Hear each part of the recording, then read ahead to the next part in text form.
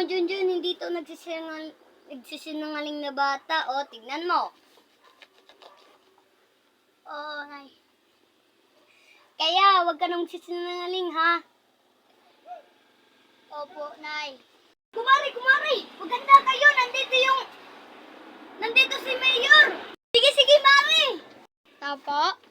Ano po yun? Bibigay po ako ng relief na ang nangangailangan.